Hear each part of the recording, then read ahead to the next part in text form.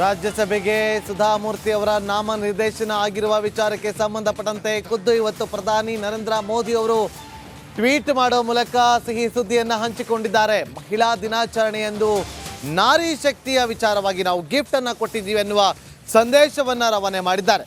ಕೇಂದ್ರ ಸರ್ಕಾರದಿಂದ ಸುಧಾಮೂರ್ತಿ ನಾಮನಿರ್ದೇಶನ. ಪ್ರಧಾನಿ ನರೇಂದ್ರ ಮೋದಿ ಅವರು ತಮ್ಮ ಅಧಿಕೃತ ಎಕ್ಸ್ ಖಾತೆಯಲ್ಲಿ ಟ್ವೀಟ್ ಮಾಡೋ ಮೂಲಕ ವಿಚಾರವನ್ನು ಹಂಚಿಕೊಂಡಿದ್ದಾರೆ. ಇನ್ಫೋಸಿಸ್ ಫೌಂಡೇಶನ್ ಅಧ್ಯಕ್ಷ ಆಗಿರುವಂತಹ ಸುಧಾಮೂರ್ತಿ ಅವರು ಸಮಾಜ ಸೇವೆ, ದಾನ, ಶಿಕ್ಷಣ ಕ್ಷೇತ್ರದಲ್ಲಿ ಕೊಡುಗೆ ಇವರದ್ದು ಅಪಾರ. ನೋಡಿ, ನಾರಿ ಶಕ್ತಿಗೆ ಇದೊಂದು ಸಾಕ್ಷಿ ಆಗಿದೆ.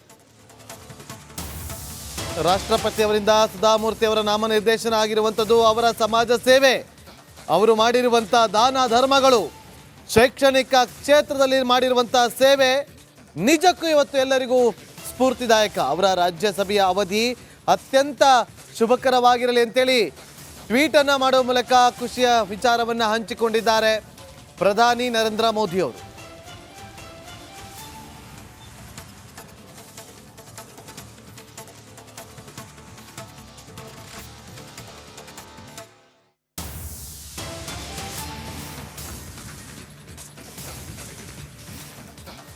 ಪ್ರಧಾನಿ ನರೇಂದ್ರ ಮೋದಿ ಅವರು ಇವತ್ತು ಟ್ವೀಟನ್ನು ಮಾಡಿ ಸಿಹಿ ಸುದ್ದಿಯನ್ನು ಹಂಚಿಕೊಂಡಿದ್ದಾರೆ.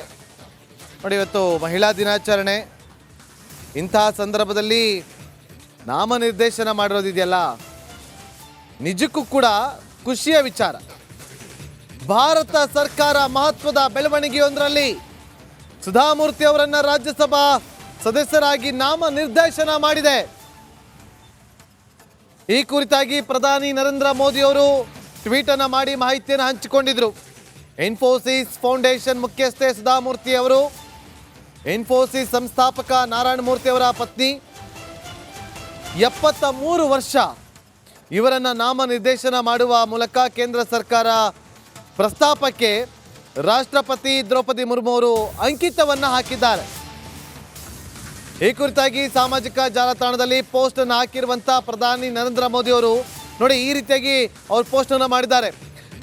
ಭಾರತದ ರಾಷ್ಟ್ರಪತಿಗಳು ಸುಧಾಮೂರ್ತಿ ಅವರನ್ನ ರಾಜ್ಯಸಭೆಗೆ ನಾಮನಿರ್ದೇಶನ ಮಾಡಿರುವುದು ಖುಷಿ ತಂದಿದೆ ಅಂತ ಹೇಳ್ಕೊಂಡಿದ್ದಾರೆ. ಸಮಾಜ ಸೇವೆ, ಶಿಕ್ಷಣ ಸೇರಿದಂತೆ ವಿವಿಧ ಕ್ಷೇತ್ರಗಳಿಗೆ ಅವರ ಕೊಡುಗೆ ಅಪಾರ, ಅಷ್ಟೇ ಸ್ಫೂರ್ತಿದಾಯಕವಾಗಿದೆ. ರಾಜ್ಯಸಭೆಯಲ್ಲಿ ಅವರ ಉಪಸ್ಥಿತಿಯು ನಾರಿ ಶಕ್ತಿಗೆ ಪ್ರಬಲವಾದ ಸಾಕ್ಷಿಯಾಗಲಿದೆ. ಅವರ ಸಂಸದೀಯ ಅಧಿಕಾರಾವಧಿಗೆ ಹಾರೈಸುತ್ತೀನಿ ಅಂತೇಳಿ ಪ್ರಧಾನಿ ನರೇಂದ್ರ ಮೋದಿ ಅವರು ಪೋಸ್ಟ್ ಅನ್ನು ಮಾಡಿದ್ದಾರೆ. ನೋಡಿ, ಇವತ್ತು ಅವರು ಲೇಖಕರು ಕೂಡ ಹೌದು. ವಿವಿಧ ಸಮಾಜ ಸೇವಾ ಕಾರ್ಯದಲ್ಲಿ ತೊಡಗಿರುವಂತಹ ಸುಧಾಮೂರ್ತಿ ಅವರು ರಾಜಕೀಯಕ್ಕೆ ಬರಬೇಕು ಅನ್ನೋದು ಬಹಳ ದಿನಗಳ ಬೇಡಿಕೆ ಆಗಿತ್ತು. ಮಹಿಳಾ ದಿನಾಚರಣೆ ದಿನವೇ ಅವರನ್ನು ರಾಜ್ಯಸಭೆಗೆ ನಾಮನಿರ್ದೇಶನ ಮಾಡಲಾಗಿದೆ.